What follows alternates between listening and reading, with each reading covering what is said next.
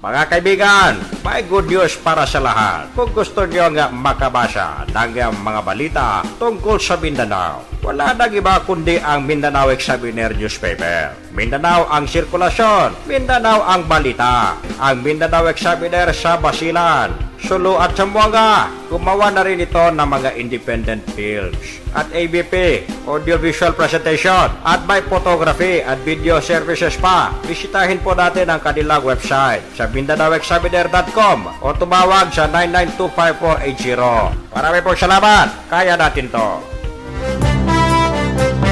Yuhu! Gising! Sa isang mainit na hapon. Welcome mga kaibigan sa ating programa, ang Radyo Mindanao. Dito lamang sa number 2 radio station in Western Mindanao, ang RPN DXXX Zamboanga. Radio Philippines Network 1008 sa inyong AM band. Ito po ang balingkod, Alosino, nagsasabi ng isang napakainit na hapon mga kaibigan. Grabe. Ang tindi ng init. Huwag niyo kalimutang uminom ng tubig mga kaibigan para hindi kayo ma-dehydrate.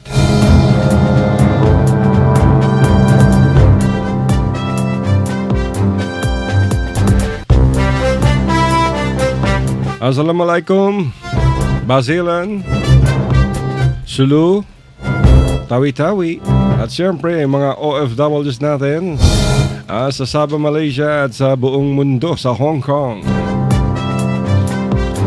Ayong adlaw, mga igsoon ako dyan sa Zamboanga, Cebu, gay. Zamboanga del Sur, og Zamboanga del Norte, Duterte, 231, 232. At syempre sa Central Mindanao, abot na abot yung broadcast natin dyan sa Maguindanao Province. Sa North Cotabato, Sultan Kudarat, General Santos City. Sa South Cotabato, marami nakikinig dyan. Davao Province, Davao Region, Samal Island, Davao City. Welcome sa ating programa. Naubusan tayo ng oras, 20 minutos lang nakalipas sa ating Radyo Mindanao. Bago tayo magsimula, grabe itong National Grid Corporation of the Philippines. Talagang sinisisi nitong NGCP mga kaibigan, yung mga landowners na kung saan ay nakatirik yung kanilang mga towers, yung mga nilang tore o steel pylon. Sinisisi nila mga kaibigan, ayaw daw papasukin ng mga may-ari ng lupa, yung mga trabahador ng NGCP. Of course, alam ka namang bigla kayong papasok dyan. Kung ayaw kayong papasukin, wala kayong magagawa. Kasi pribadong lote yan, my goodness.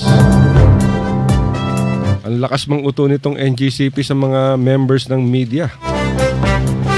Lagi nilang sinisisi kahit yung mga press release nila.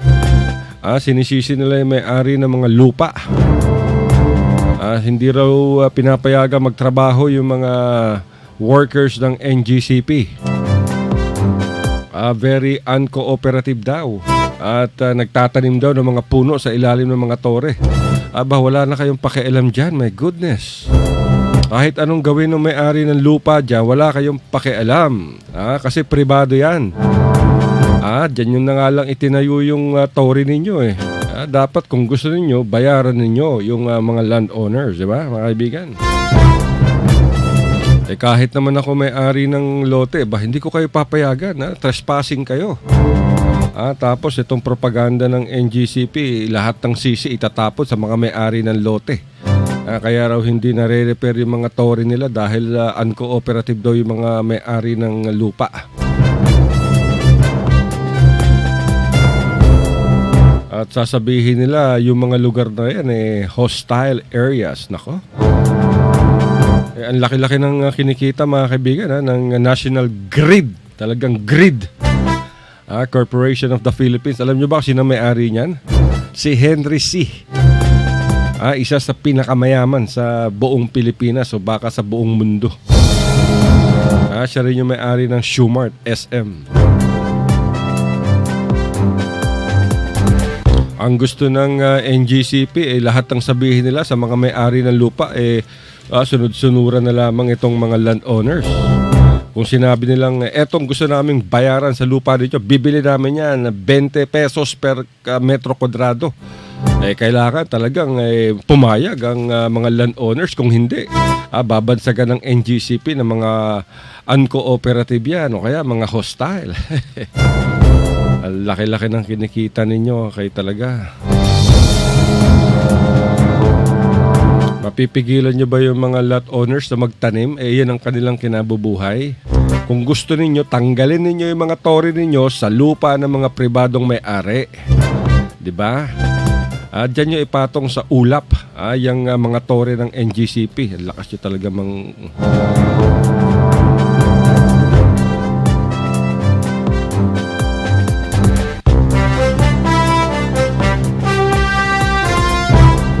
Diba? Kaya nga meron tayong mga legal remedies dyan mga kaibigan. Kung nagrereklamo yung NGCP, dalhin ninyo sa korte. Let the court decide. Hindi yung magpapatawag kayo ng presscon, sasabihin ninyo, ito mga may-ari ng mga lupa, mga uncooperative. Dahil ayaw kayong payagang pumasok sa kanilang pribadong lote. O kaya yung mga press releases ninyo, yung mga propaganda ninyo, nako.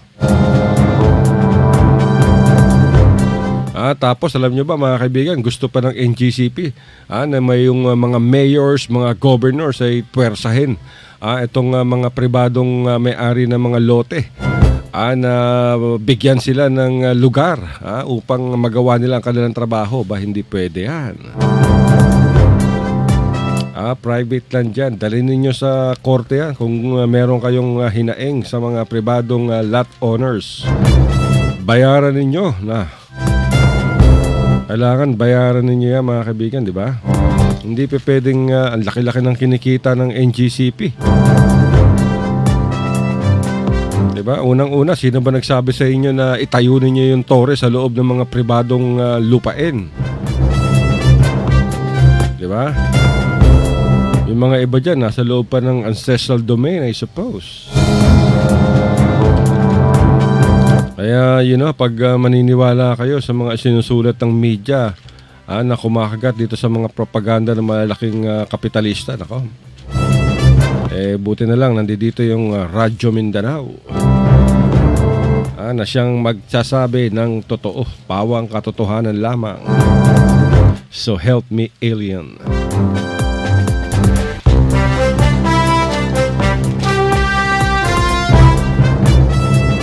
Magkano bang kinikita ng NGP sa isang taon? Tapos pareklamo ninyo.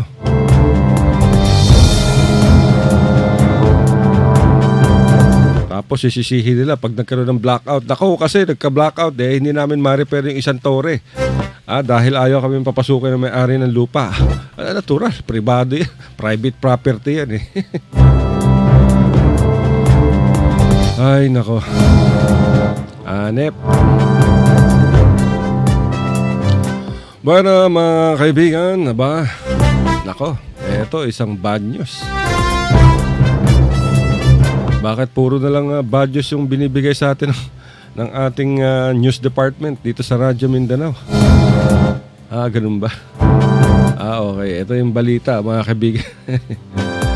Bueno, napatay ang isang government prosecutor sa lungsod ng Mati. Naku po, sa lalawigan ng Davao Oriental.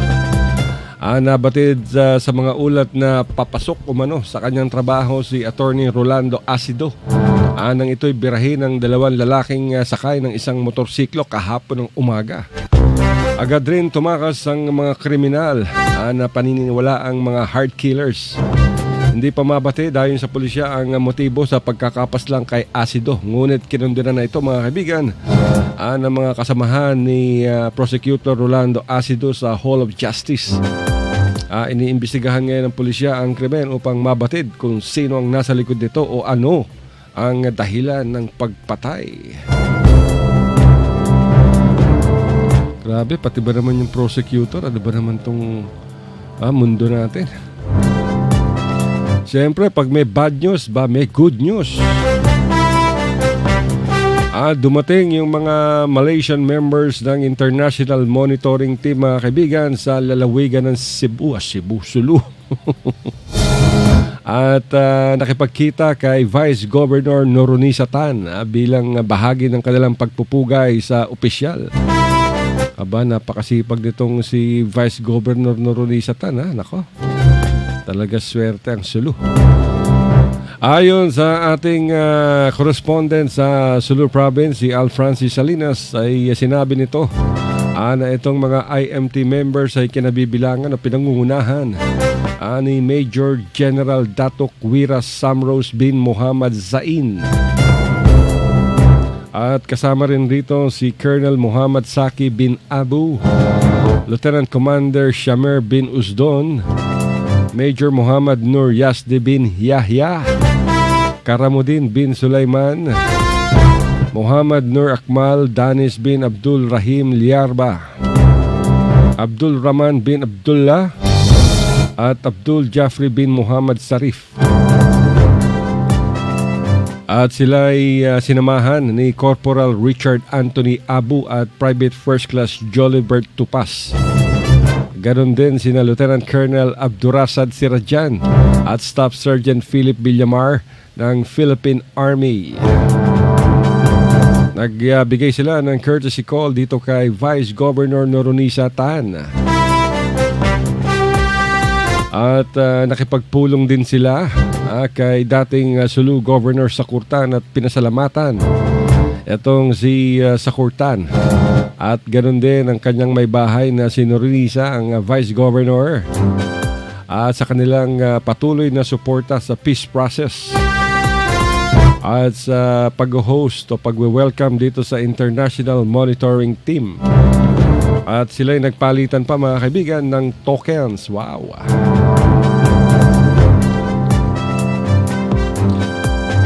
Nagpasalamat naman si former Governor Sakurtan at si Vice Governor Noronisa Tan sa pagbisita ng International Monitoring Team. At sinabi ni Sakurtan na mananatili ang matibay na economic ties at pakikipagkaibigan ng bilateral relations sa pagitan ng Pilipinas at Malaysia, at lalong-lalo na sa pagitan ng mga tausug at Malaysians. At special mention pa itong si Vice Governor Noronisa Tan sa kanyang strong advocacy at unwavering support sa peace process. After that, mga kaibigan, binisita rin ng IMT ang Raja Baginda Shrine sa bayan ng Indanan. Ang IMT, mga kaibigan, kung matatandaan ninyo, kinabibilangan to ng 60 mga miyembro mula sa iba't ibang bansa. Kabilang dyan ang Japan, Brunei, Malaysia. At binuo to noong 2004 sa kasagsagan ng peace process ng pamahalaan sa Moro Islamic Liberation Front upang magsilbing monitor o monitoring group para sa peace negotiations. Ito'y bahagi ng ceasefire agreements, mga kaibigan. So kudos dyan sa provincial government. At dito kay Vice Governor Noronisa Tan, napakasipag yan, mga kaibigan. Siya ay isang professional nurse. At alam nyo ba, every time na pumupunta sila taon-taon sa Saudi Arabia sa Hajj, kasama tong si Sakurtan. Itong si Vice Governor Noronisa Tan ay nagdadala ng mga team ng medical staff o medical personnel, mga doktor, nurses, midwife. At sila ay nagsiset up ng malaking camp o tent upang pagsilbihan hindi lamang ang mga Filipino pilgrims, kundi maging ang mga dayuhan. Every year yan, walang paltos. Kaya lang ayaw itong si Vice Governor Noronisa Tan talagang tahimik lang kung magtrabaho. Ayaw na ayaw niya yung binabalita yung kanyang mga gandang gawain.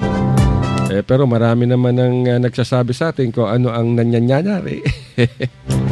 Kaya pagpunta niyan sa Saudi Arabia, alam na natin yung ginagawa nila. nagsasagawa sila ng medical mission doon habang tuloy-tuloy ang kanilang pananampalataya sa Mecca.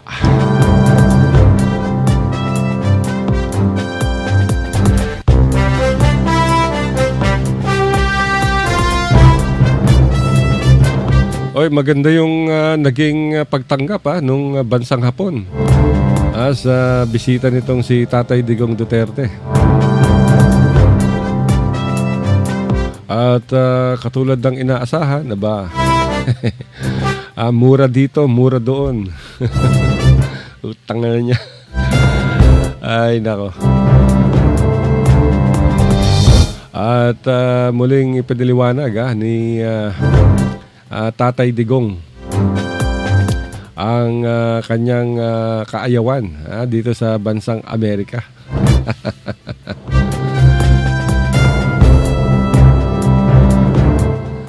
Pero alam niyo naman, talagang elib na elib ang mga Hapon dito kay Tatay Digong.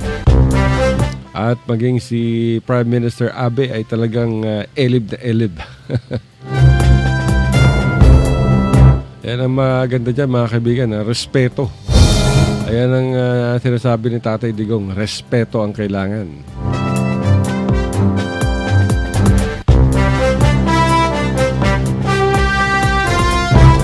At etong si Tatay Digong sana, mga kaibigan, ay magka-courtesy call din kay Japan Emperor Akihito. Pero hindi na to natuloy dahil namatay yung uncle nitong Japanese Emperor na si Akihito.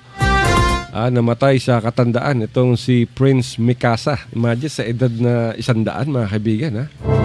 100 years old. Namatay itong si Prince Mikasa.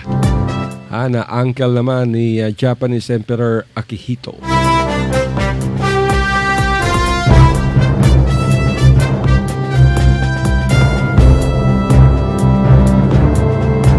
Ganyan talaga buhay, di ba? Merong nauuna, merong nahuhuli,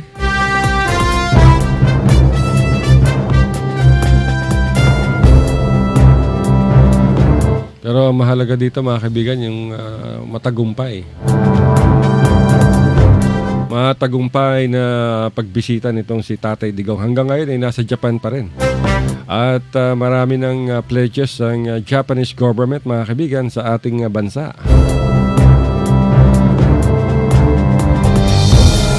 At lalong natuwa ang si Prime Minister Abe nang siguraduhin itay Tatay Digong ang matibay na relasyon ng ating bansa sa Japan.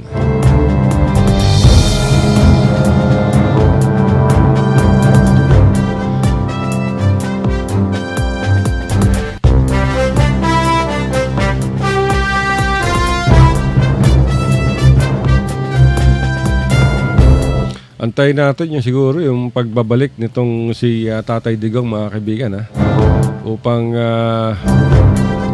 malaman natin kung ano-ano pa ang mga nakuhang pledges nitong si Tatay Digong mula sa Japan.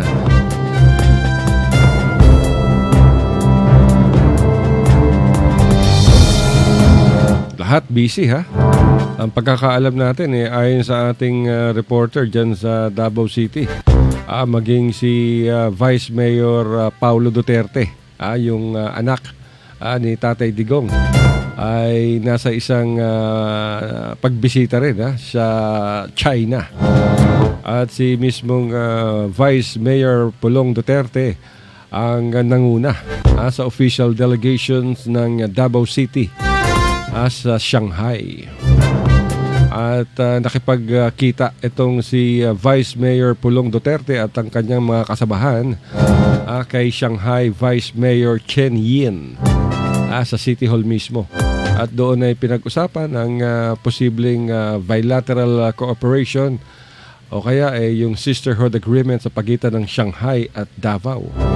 Alam niyo, mga kaibigan, napakaganda ng Shanghai. Talagang yung ekonomiya ng Shanghai is one of the best. Kaya kung meron kayong pagkakataon na mag-travel, pupunta kayo sa China. Napakaganda ng China, mga kaibigan.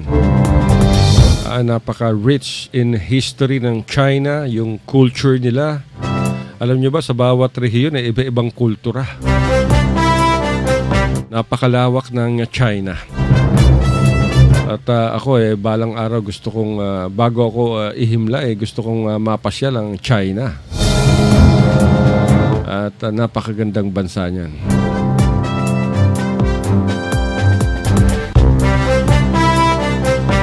Oy, batiin natin si Mayor Sara Duterte ng Davao City. Dahil nabigyan sila ng Seal of Good Local Governance. Yung 2016 Seal of Good Local Governance. Na tinanggap nito mula sa Department of the Interior and Local Government.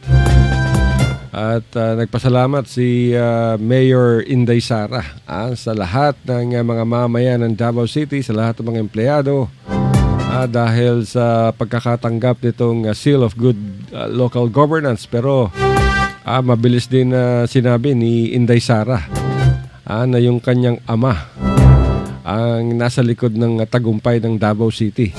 Etong si Davao City Mayor Inday Sara, mga kaibigan, presidential daughter. At sabi nga niya, yung source ng kanyang inspiration ng lahat ng mga empleyado, pati na rin ni Inday Sara, ay para ma-improve pa at lalong mapaganda ang pagpapatakbo sa Davao City ay walang iba kundi yung mga mamamayan. Mismong si DILG Secretary Ismael Sueno ang nagbigay nitong 2016 Seal of Good Local Governance sa Davao City.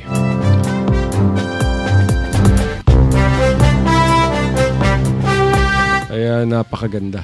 Alam niyo, mga kaibigan, itong Seal of Good Local Governance ay isang award at incentive program ng DILG para sa lahat ng mga local government unit sa bansa. At ine-encourage nito ang lahat ng mga mayors, governors, lahat ng lalawigan, lungsod at mga munisipyo na lalong pag-ibayin ang kanilang mga serbisyo sa mamamayan.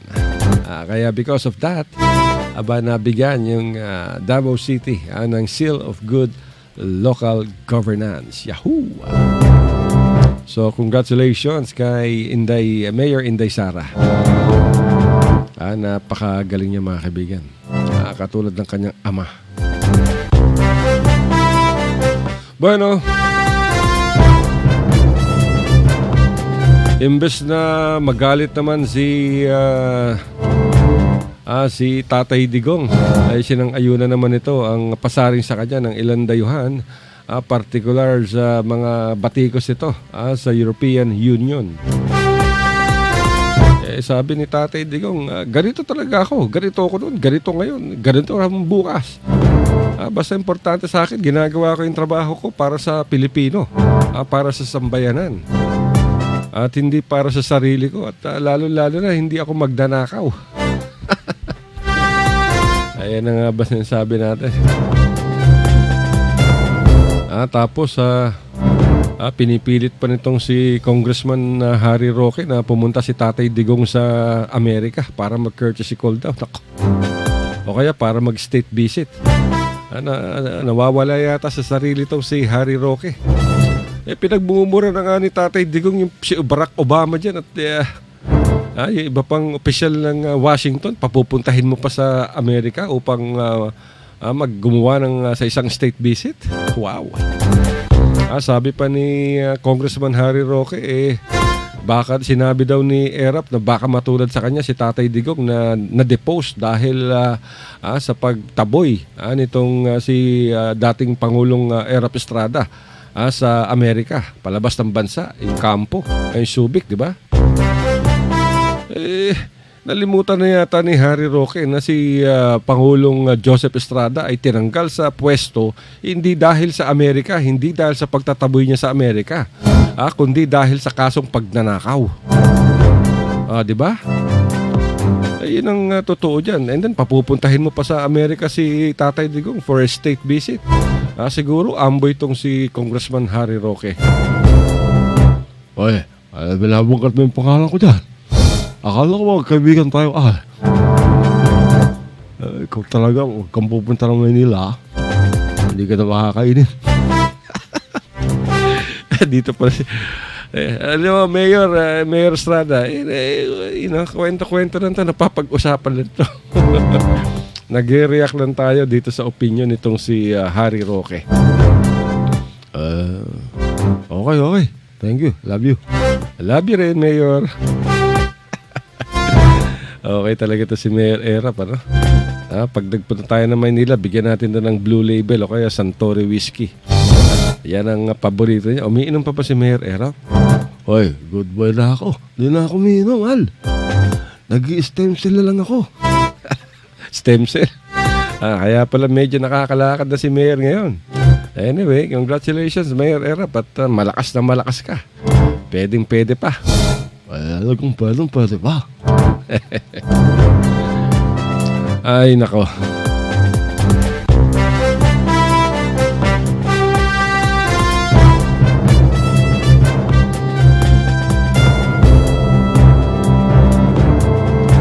So, maganda yung mga nangyayari, mga kaibigan.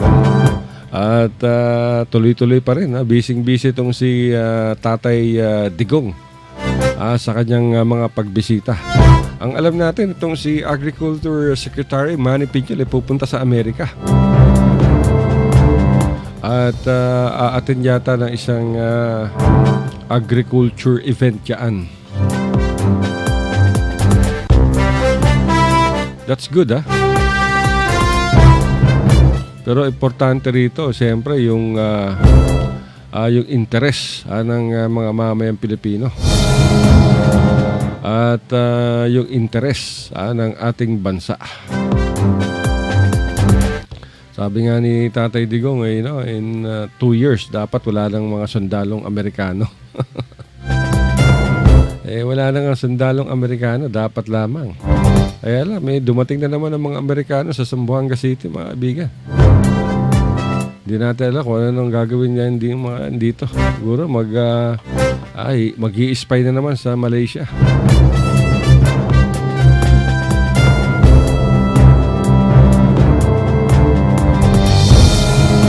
Bueno mga kaibigan, kinumpirma pala ng Philippine National Police na pag-aari nga ng isang sa mga namatay na 44 Special Action Force Trooper dyan sa Mama Sapano sa Maguindanao. Yung armas na nabawi nila sa isang anak ng pulis. Naku po. Nabatid na ang pagmamayari pala nito ay yung SAF-44. Isa sa mga SAF-44 na pinatay, pinaslang, minasakir ng mga rebeldeng Moro Islamic Liberation Front at ang bangsa Moro Islamic Freedom Fighters noong nakaraang 2015. Matatanda ang ni-raid itong bahay at nabawi sa isang lalaki na anak naman ng pulis opisyal, yung deputy commander. At nabawi yung isang rifle. Yung pala nako. Paano kaya napunta ron sa anak ng pulis yung rifle nung napatay na SAF?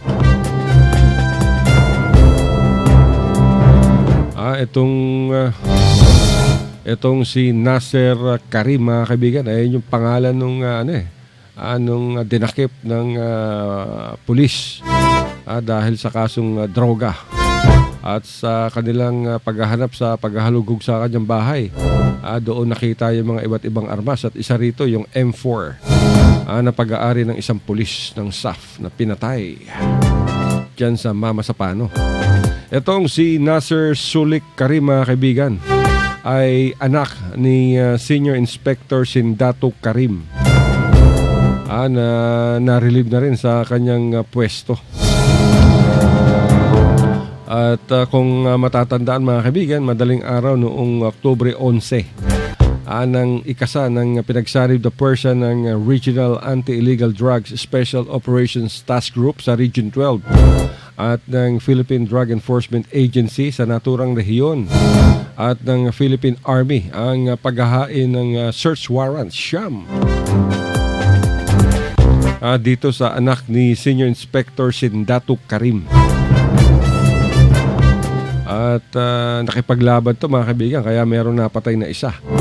At sa kanilang paghahalughog, doon na nakita yung armas. So medyo matindi ang investigasyon ngayon.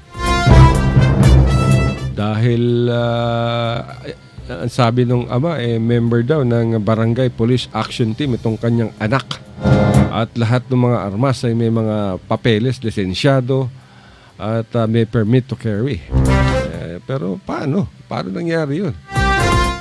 Armas ng napaslang na SA-44 yan. Pero mga kaibigan, wala na naman tayong oras. Ang bilis.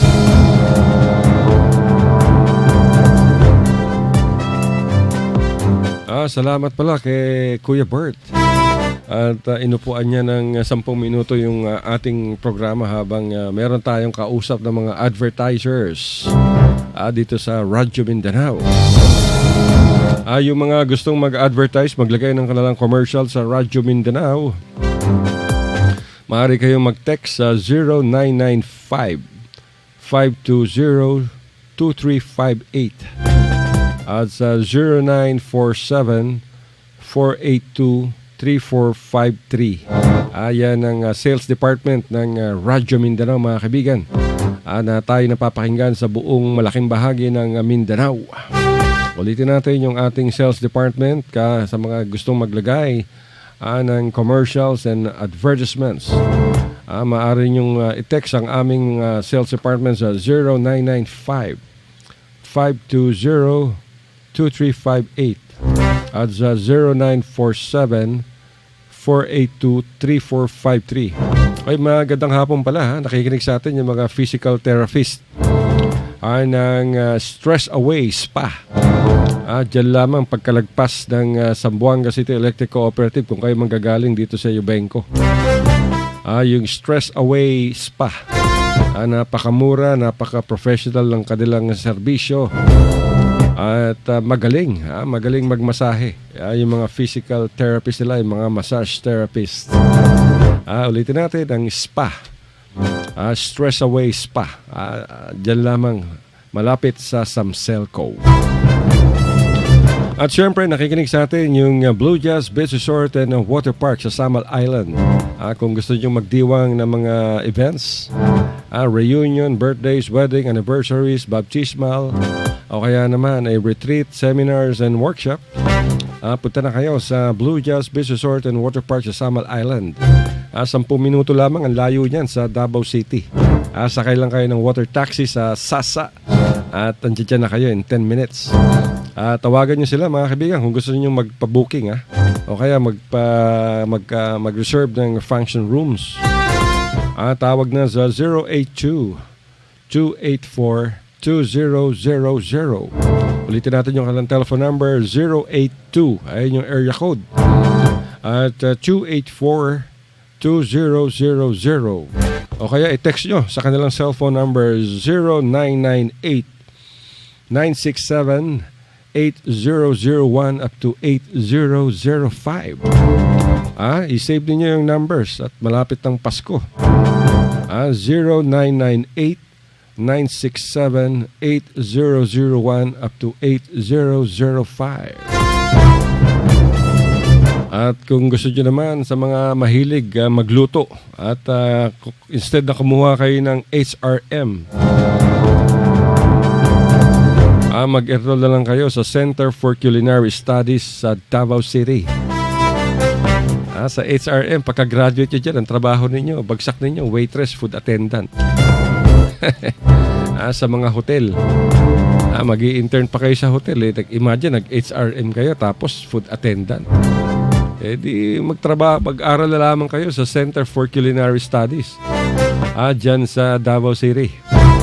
At pag-aari yan, mga kaibigan, ni Chef Jean Gonzalez.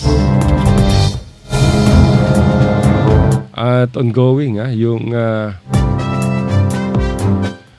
enrollment ngayon.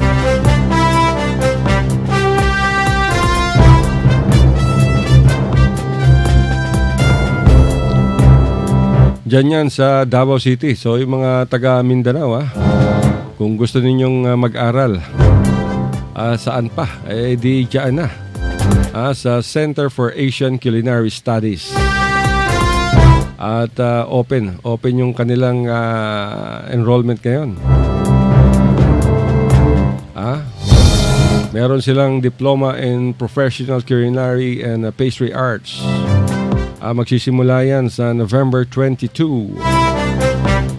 Meron din silang diploma in professional culinary and pastry arts with restaurant operations program. Mag-o-open na rin yan sa November 22. At meron silang certificate program in cooking and baking skills. At meron silang cookery.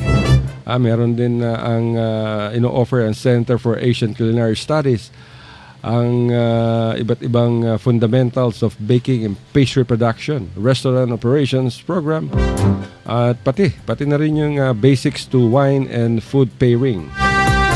At meron silang lifestyle class, Korean table, easy Japanese, lahat na. So, meron silang Facebook, mga kaibigan. Maaari ninyong puntahan ang kanilang Facebook page, ang Center for Asian Culinary Studies. Napakamura lamang yan, mga kaibigan. Alam nyo ba? Na yung kanilang lifestyle class, special Christmas baking program, nagkakahalaga lamang ng 3,800. At ang isa sa kanilang mga estudyante, naging estudyante, walang iba kundi si singing superstar Sarah Geronimo. Di ba? Sosi.